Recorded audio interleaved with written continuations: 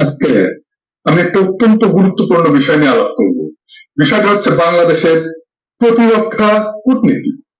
এই বিষয়টা সামনে আনার একটা প্রধান কারণ হচ্ছে বাংলাদেশের সেনাপ্রধান জেনারেল শফিউদ্দিন আহমেদ সম্প্রতি বিষয়টা নিয়ে একটা ফোরামে আলোচনা করছেন, কিন্তু সেইখানে কিছু ভয়ঙ্কর ইশারা আছে।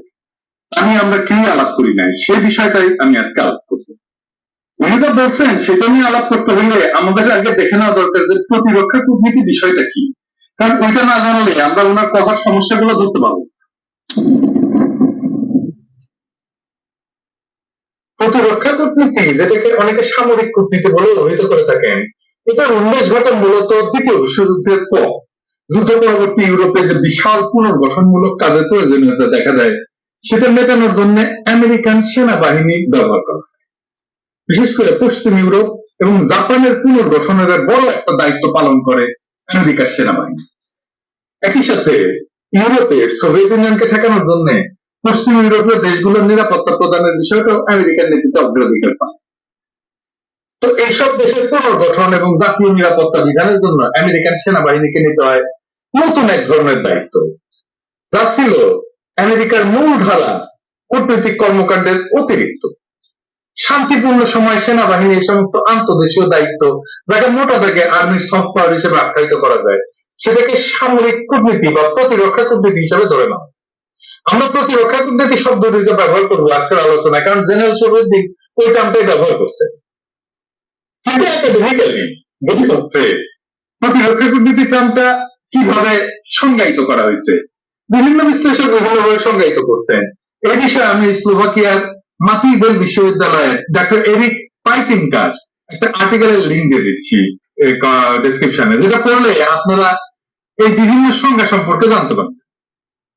পাইটিনকা একটা সিনথেটিক সংজ্ঞা, মানে অনেকগুলো মিলায় একটা সংজ্ঞা বের করা, সেটা লেখায় দিচ্ছে। আমাদের আলোচনার জন্য এটা আমরা ব্যবহার করতে পারি। সেটা হইতেছে ইংরেজিতে ইচ্ছা, তো আমি একটু বাংলা করে বলি আর কি।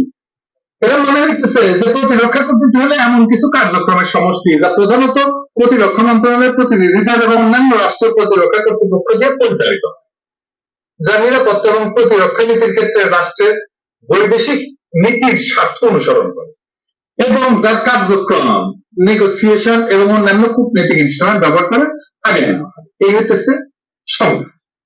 কিন্তু এখন প্রশ্ন হচ্ছে কূটনৈতিক ইনস্ট্রুমেন্ট কি জানেন তো?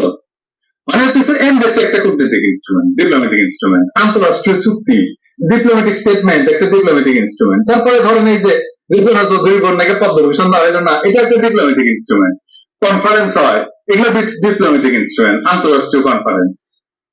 প্রতিরক্ষা কূটনীতির 5টা প্রধান কার্যপরিধিও ওই পাইটেনকা চিহ্নিত করছে। সেগুলো হইতেছে, 1 নাম্বার, যে সমস্ত দেশ প্রতিরক্ষা কূটনীতির জন্য প্রাসঙ্গিক তাদের সশস্ত্র বাহিনী এবং নিরাপত্তা পরিস্থিতি সম্পর্কে তথ্য সংগ্রহ করা।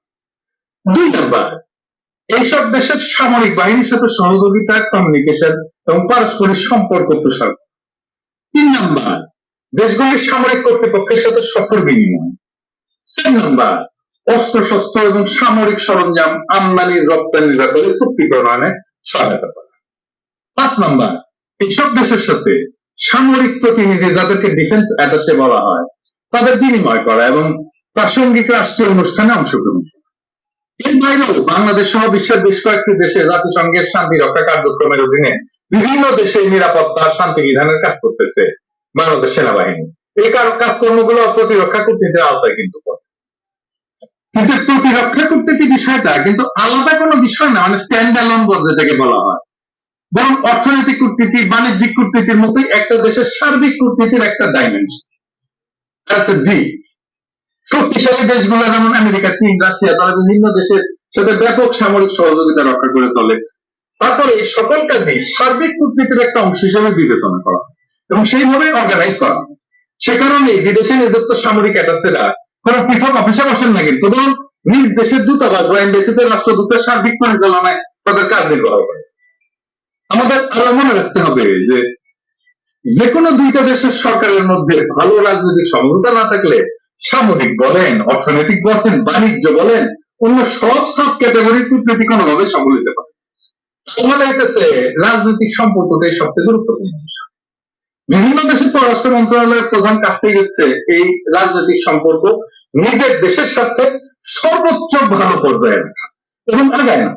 সুতরাং আমরা যখন আমাদের দেশের প্রতিরক্ষা কূটনীতি সম্পর্কে আলাপ করব, তখন মনে রাখতে হবে যে পররাষ্ট্র মন্ত্রণালয় অন্যান্য দেশের সাথে বাংলাদেশের রাজনৈতিক সম্পর্ক, আমাদের জাতীয় স্বার্থ সমুন্নত রেখা সন্তোষজনক পর্যায়ে না রাখতে পারলে অন্যান্য কূটনীতি দিয়ে বিশেষ কোনো কাজ হবে না। কূটনীতির আসল কাজটাই হচ্ছে জাতীয় স্বার্থ প্রোটেক্ট করা এবং আগায় না। জাতীয় স্বার্থ জলাঞ্জলি হয়ে গেলে আর কোনো কূটনীতি অবশিষ্ট থাকে না, সেটা রাজনৈতিক হোক, অর্থনৈতিক হোক, বাণিজ্যিক হোক, প্রতিরক্ষা কূটনীতি। আমরা আরো একটা কথা মনে রাখতে হবে যে প্রতিরক্ষা কূটনীতির সবচেয়ে গুরুত্বপূর্ণ উদ্দেশ্য হচ্ছে জাতীয় নিরাপত্তা বিধান করা। সুতরাং প্রতিরক্ষা কূটনীতির দায়িত্ব যারা থাকবেন তাদেরকে আমাদের সার্বিক কূটনীতির রাজনৈতিক উদ্দেশ্য এবং প্রতিরক্ষা কূটনীতির মূল প্রেরণা অর্থাৎ জাতীয় নিরাপত্তা, এই দুইটাকে সার্বক্ষণিক ভাবে তাদের কর্মকাণ্ডের প্রাণ কেন্দ্রে রাখতে হবে। একটা জিনিস কিন্তু মনে রাখবেন, কিন্তু খুব খারাপ লাগবে, কিন্তু এটা মাথায় রাখবেন যে বাংলাদেশের স্বাধীনতা, সার্বভৌমত্ব এবং আঞ্চলিক অখণ্ডতা বিঘ্নিত হইলে আমরা দুনিয়ার কোথা থেকে কার্যকর সাহায্য না দেখি। এটি বর্তমান দুনিয়ার কঠিন বাস্তবতা। আমাদের রাষ্ট্র যদি না থাকে কেউ আমাদের সাহায্য করবে। এমন কোন বৃহৎ শক্তিশালী দেশ নাই বা এমন কোন আন্তর্জাতিক প্রতিষ্ঠান নাই যারা আমাদেরকে সাহায্য করতে আগে আসবে। আমাদের চোখের সামনে দেখতেছেন না যে গাজায় নৃশংসতম গণহত্যা চলতেছে, এটি আজ পর্যন্ত ইসরায়েলকে থামাইতে পারছে? জাতিসংঘ নিরাপত্তা পরিষদ শেষ পর্যন্ত যুদ্ধবিরোধী একটা প্রস্তাব পাশ করছে, যেটা আন্তর্জাতিক আইন অনুযায়ী যুদ্ধরত সকল পক্ষের জন্য বাধ্যতামূলক। কিন্তু কই ইসরায়েলকে সেটা মানছে? উল্টে সে দামেস্কে যে ইরানের দূতাবাসে আক্রমণ করে দুজন জেনারেল মেরে ফেলছে। এই ঘরের পাশে বার্মিজ জান্তা রোহিঙ্গাদের উপরে যে ব্যাপক গণহত্যা চালায়, 1 মিলিয়ন লোককে ঢুকাই দিল বাংলাদেশে, এর উল্টা বিপরীতে আমরা কিছু করতে পারছি পারিনি, রোহিঙ্গারা কিছু করতে পারছে পারেনি। কাশ্মীরে দখল করে নিল ইন্ডিয়া অন্যায় ভাবে, কিছু করতে পারছে দুনিয়া কাশ্মীরিদের জন্য? পারেনি। সুতরাং আমাদেরকে বুঝতে হবে বাংলাদেশের স্বাধীনতা, সার্বভৌমত্ব এবং আঞ্চলিক অখণ্ডতা খুবই একটা পাতলা কাগজের উপরে দাঁড়ায় আছে। আমাদের সার্বিক কূটনীতি এবং সেই সাথে প্রতিরক্ষা কূটনীতির সবচেয়ে প্রধান প্রচেষ্টা হবে আমাদের মাতৃভূমি বহিঃশত্রু দিয়ে আক্রান্ত হইলে আমরা যেন আমাদের পাশে শক্তিশালী বন্ধু রাষ্ট্রকে, যাতে করে আমরা আমাদের পতাকা, আমাদের মানচিত্র এবং আমাদের 18 কোটি জনগণকে রক্ষা করতে পারি। আমি এখন যা বলি, আমি যে অ্যাক্টিভিজম করি, যে লড়াই চালাইতেছি, তার লক্ষ্য একটাই, বাংলাদেশের স্বাধীনতা, সার্বভৌমত্ব আর আঞ্চলিক অখণ্ডতা রক্ষায় দেশের মানুষকে ঐক্যবদ্ধ করা। এইবার আসছে আমরা জেনারেল শফিউদ্দিন আহমেদের বক্তব্য নিয়ে একটা আলোচনা।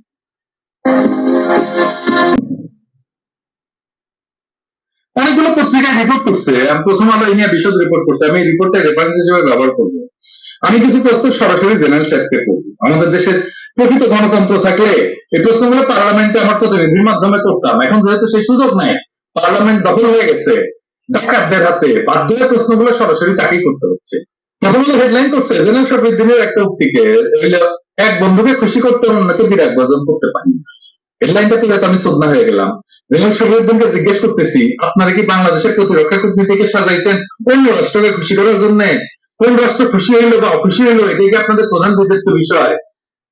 আমি তো একদিন অপেক্ষা করছি, এই নিয়ে আপনি কিন্তু কোনো রিজাইন্ডার দেন নাই, সুতরাং বলে নিচ্ছি হেডলাইনটা ভিত্তিহীন না।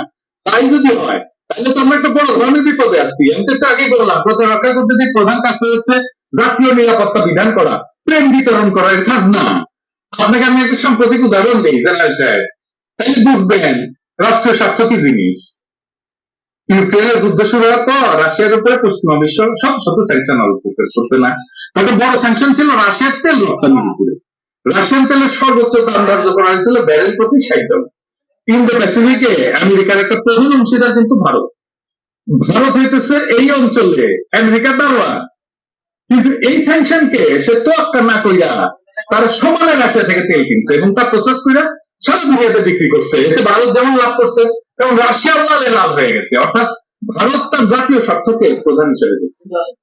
ইন্ডিয়া ঠিক কাজটা করছে। আমি হলে একই কাজ করতাম বাংলাদেশের জন্য। ভারতের তেল বাণিজ্যে রাশিয়ার বিশাল লাভ, ইউক্রেন যুদ্ধে তাদের একটা বড় অর্থনৈতিক অ্যাডভান্টেজ দিচ্ছে।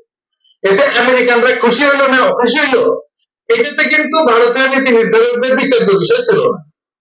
আমেরিকা নাকশ হইতে পারে, সেই চিন্তায় যদি তারা রাশিয়া থেকে তেল না কিন্তু আজকে ভারতের অর্থনৈতিক অবস্থা কত বাণিজ্যে গিয়ে থাকতো চিন্তা করেন। সুতরাং জাতীয় স্বার্থে স্ট্র্যাটেজিক পার্টনারের সাথে দ্বিমত হইতে পারে, রাজনৈতিক সদিচ্ছা থাকলে দুই পক্ষের সম্পর্কের অবনতি এড়াইতে পারে। ভারতের ক্ষেত্রে তাই ঘটছে।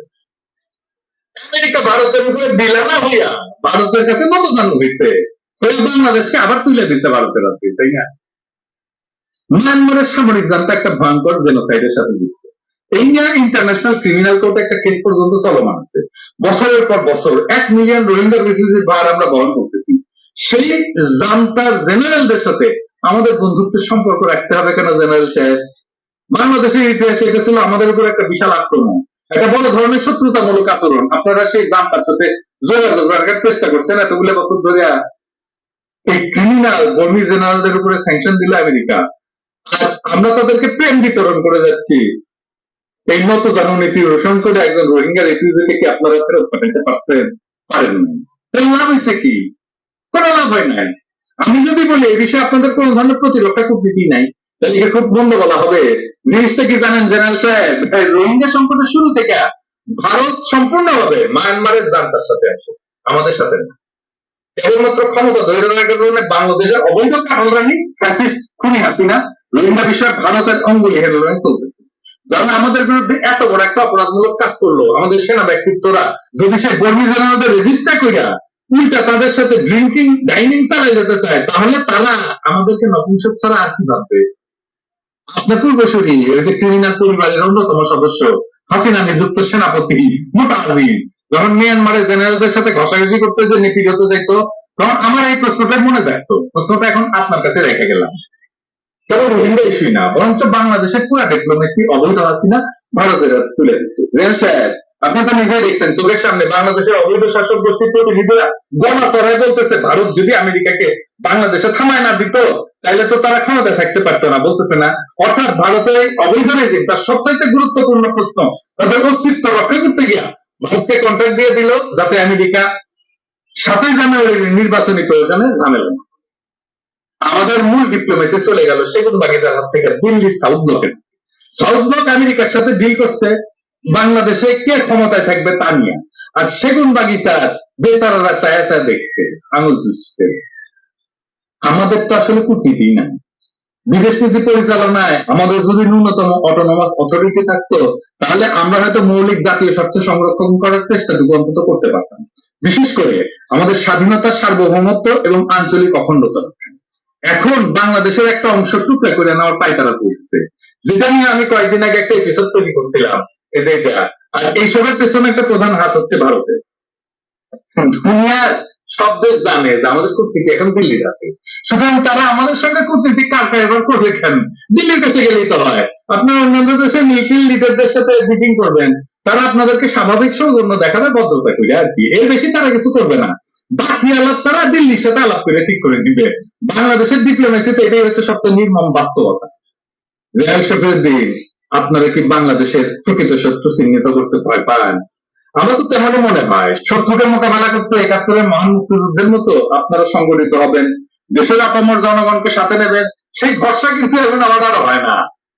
যেখানে বাংলাদেশের মূল কূটনীতি চলে গেছে ভারতের, সেখানে কি আর আপনারা প্রতিরক্ষা কূটনীতির কোন স্পেস বাকি আছে?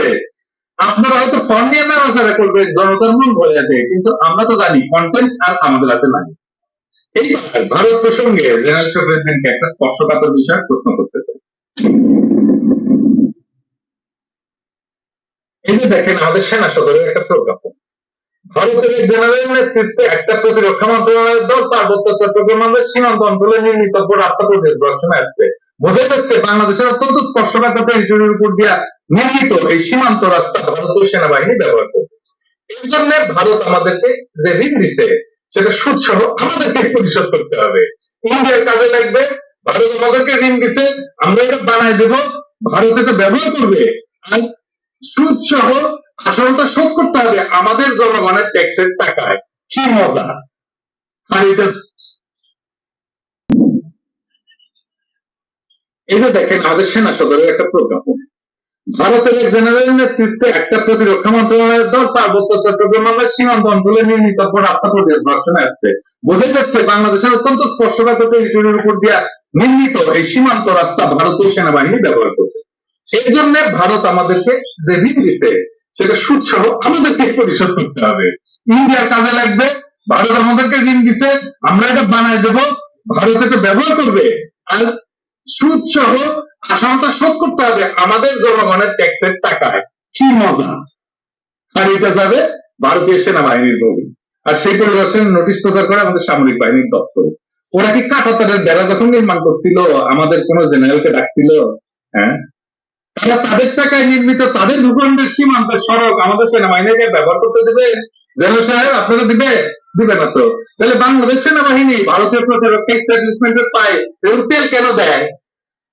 এই নোটিফিকেশনে এক জায়গায় লেখা আছে যে এই সড়কের নির্মাণ কাজ হচ্ছে ভারতের ডিফেন্স স্ট্র্যাটেজির আওতায়। তাহলে কি আমরা ভারতের সামরিক স্ট্র্যাটেজির অংশ হয়ে গেছি? জেনারেল শফিউদ্দিন আমাকে বলেন, এই অবস্থায় আপনার প্রতিরক্ষা কূটনীতি দিয়ে কি প্রদান করবেন? কারণ রানী বলছিল যে ভারতকে সেটা দিচ্ছে, সেটা ভারত ছিল জীবন মনে রাখছে। এখন আমরা দেখতে পাচ্ছি ভারতের কেনা বান্দিয়ে মাতারি মোদীকে কাপড় ফেলে দিচ্ছে, আর মোদী তার কাম টাম সেরে কাপড়টা কবল দাবো করে নিয়ে গেছে। আমরা প্রতিনিয়ত দেখতে পাচ্ছি ভারত কি করে সীমান্তে আমাদের নাগরিকদের নির্বিচারে হত্যা করতেছে। এই তো সেদিন বাংলাদেশের ভূখণ্ডের ভিতরে ঢুইকা তারা দুইজন বাংলাদেশিকে গুলি করলো। এই দেখান, এই দুটো সেবা আবার দেখান। হ্যাঁ,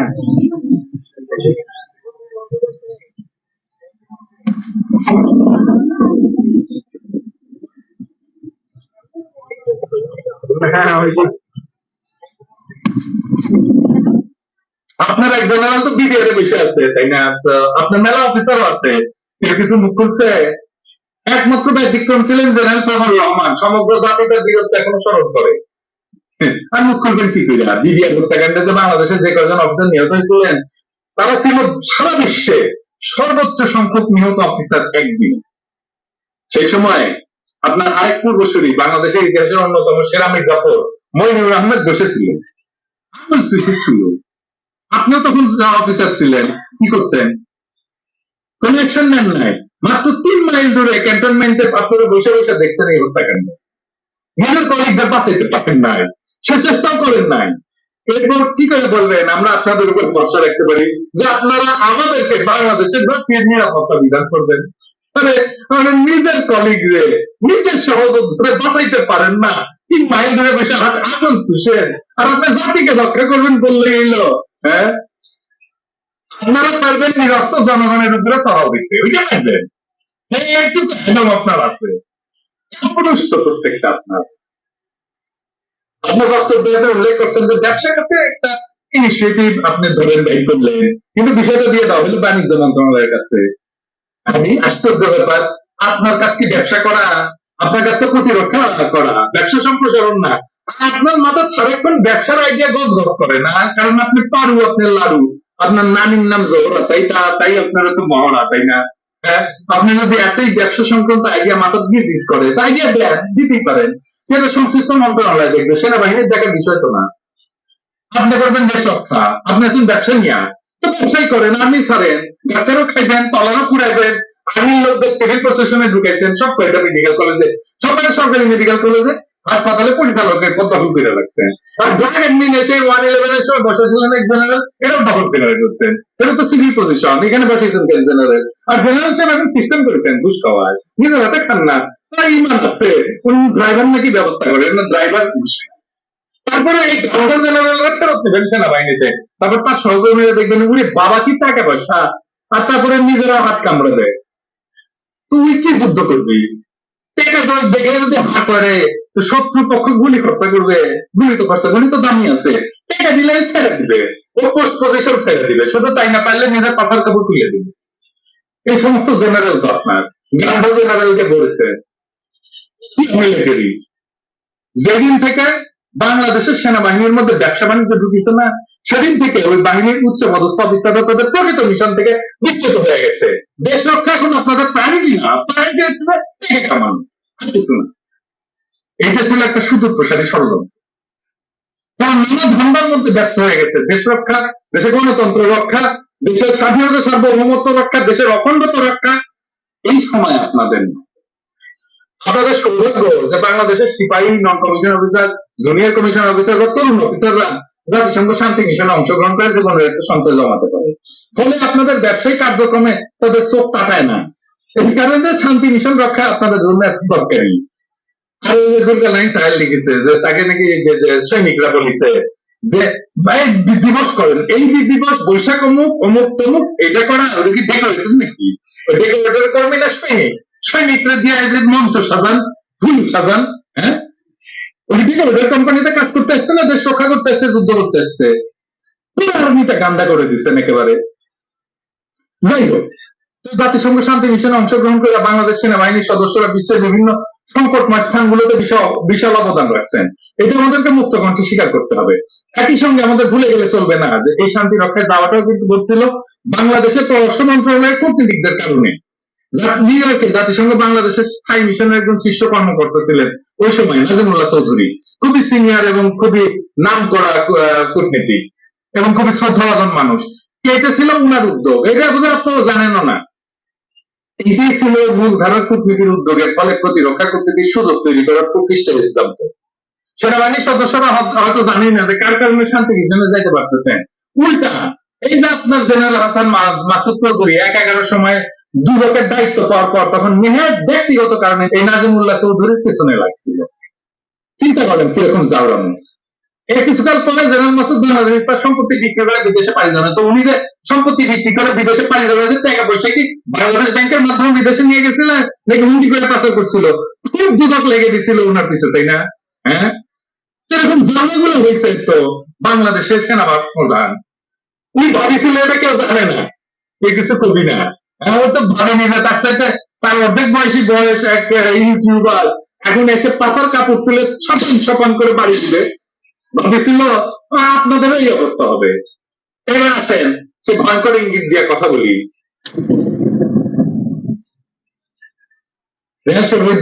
আপনি আপনার বক্তব্যের এক জায়গায় কইছেন কোঅর্ডিনেশনের অভাবের কথা। চমৎকার। আপনি বলছেন যে একটা সংগঠন তৈরি করতে হবে যা বিভিন্ন বিষয়ে সমন্বিত উদ্যোগ বাস্তবায়ন নিশ্চিত করবে। মজার বিষয় আছে এখানে। এরকম সংস্থা তো অলরেডি আছে, প্রধানমন্ত্রীর দপ্তরে থাকছি, কোঅর্ডিনেশনই তো। হ্যাঁ, আপনি কি একটা প্যারালাল অথরিটির কথা বলছেন? প্রশ্নটা করলাম এই জন্য যে 1981 সালে ওই যে এরশাদ তখন সেনাপ্রধান ছিল, সরাসরি জনগণের ভোটে নির্বাচিত রাষ্ট্রপতি আব্দুল সাত্তারের কাছে দাবি করে বসলো যে একটা জাতীয় নিরাপত্তা কাউন্সিল তৈরি করতে হবে যেখানে সে বসবে, এটার কাজ হবে কোঅর্ডিনেশন। তো এই শুরু। হ্যাঁ, কোঅর্ডিনেশন শুনে খটকাটা লাগলো, পরিচিত শব্দ তো। জাতীয় নিরাপত্তা কাউন্সিল আর কোঅর্ডিনেশন ছিল তার অবৈধ ক্ষমতা গ্রহণের একটা প্রাথমিক স্টেপ। আমি আরো অনুমান করেছি আর কি। হ্যাঁ, আচ্ছা।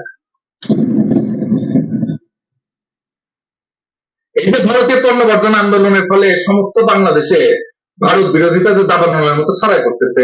ভারত প্রথমে হাসান মাহমুদকে নামাইছে, কালা কাদেরকে নামাইছে, তোর প্রতিমন্ত্রী অমুক তমুক, এই লেসপেন্সার ওই লেসপেন্সার সবাই মাঠে নামাইছে এই আন্দোলনের বন্ধ করে দিতে। তাই আমার এখন তো লন্ডনে ইন্ডিয়ান এম্বাসির সামনে আমরা করে ফেলছি, এর মানে তো আরো হবে, আরো কোটি কোটি হবে কমুনে। এখন পরিকল্পনা আছে, আস্তে আস্তে সবই হবে। তো এরপরে সাংখুনি হাসিনাকে মাঠে নামাইছে, আন্দোলনকে থামছে, বড় ব্যাপক ভাবে ছড়াই গেছে। প্রথম একটা ঈদ আমরা উদযাপন করছি যা ভারতীয় পণ্য বর্জনের ঈদ। ভারত ইতিমধ্যে বুঝে গেছে যে হাসিনাকে দিয়ে ভারত বিরোধিতা দমন করা সম্ভব না, থাকবে না।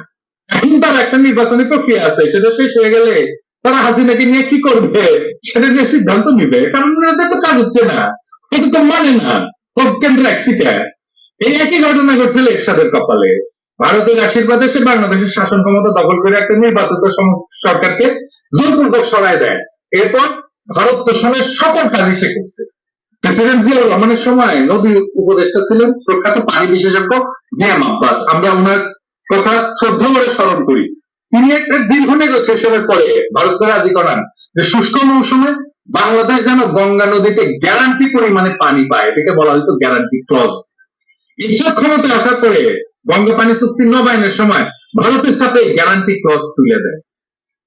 আজকে পদ্মা নদীর একটা বিরাট অংশ জুড়ে সব করছে এটা গ্যারান্টি ক্লজ তুলে দেওয়ার জন্য। শুষ্ক মৌসুমে যা পানি পাওয়া যায় না, আজকে যখন রেকর্ড করতেছে, আজকে আমার কাছে অনেকে খবর পাঠাইছে যে ঢাকায় পানি পাচ্ছে না। এর জন্য প্রধান দায়ী ব্যক্তি হচ্ছে এরশাদ। মরার আগ পর্যন্ত এরশাদ ভারতের খপ্পরে ছিল। আমরা দেখছি 2014 সালে নির্বাচনের আগে ভারতের পররাষ্ট্র সচিব সুরতা সিং ত্রিপুরা তাকে বাধ্য করে ওই নির্বাচনে অংশ নিতে। এরশাদের বিরুদ্ধে যখন গণ আন্দোলন শুরু হলো তাতে আমি অংশ নিয়েছিলাম, বাইক খাইছিলাম আর কি, ঠ্যাং ঠ্যাং ভেঙেছিলাম, হাত পা ভাঙিয়েছিলাম, জানেন এটা জেনারেল সাহেব, দেখেন দেখেন ছবি দেখেন। হ্যাঁ, তো সেই আন্দোলনের তীব্রতায় এক পর্যায়ে ভারত বুঝতে পারছিল যে এসব কার্যদিক থেকে রাখা যাবে না, তাই তারা তাকে ত্যাগ করতে দ্বিধা করে।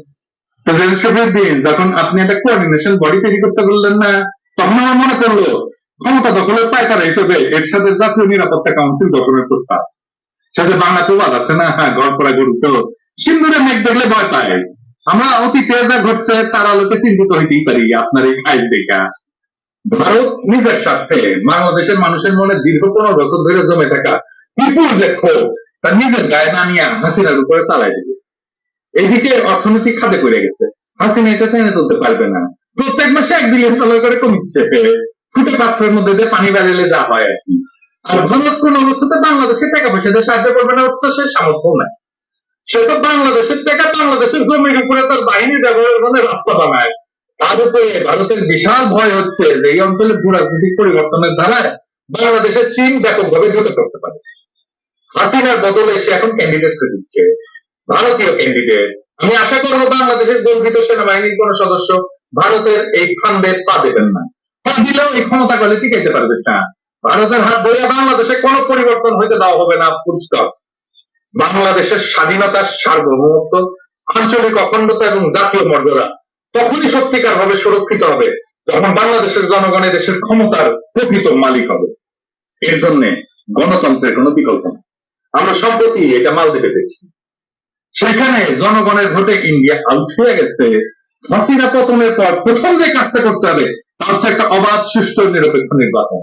আমরা নতুন সংবিধান করব, হাসিনাকে সরায় বা যাই ক্ষমতায় আসুক না কেন, আপনাদের প্রথম কাজ হবে স্বল্পতম সময়ে এই ধরনের একটা নির্বাচন সম্পন্ন করা। এই প্রশ্নে আমরা কাউকে এক বিন্দু ছাড় দেব না। যতদিন পর্যন্ত না আমরা এই লক্ষ্যে পৌঁছাতে পারতেছি ততদিন আমরা ভারতীয় পণ্য বর্জন আন্দোলন চালাইতেই থাকবো এবং ধাপে ধাপে আমরা নতুন পর্যায়ে উন্নীত করতে থাকবো। বিজয় আমাদের অবশ্যম্ভাবী, ইনশাআল্লাহ।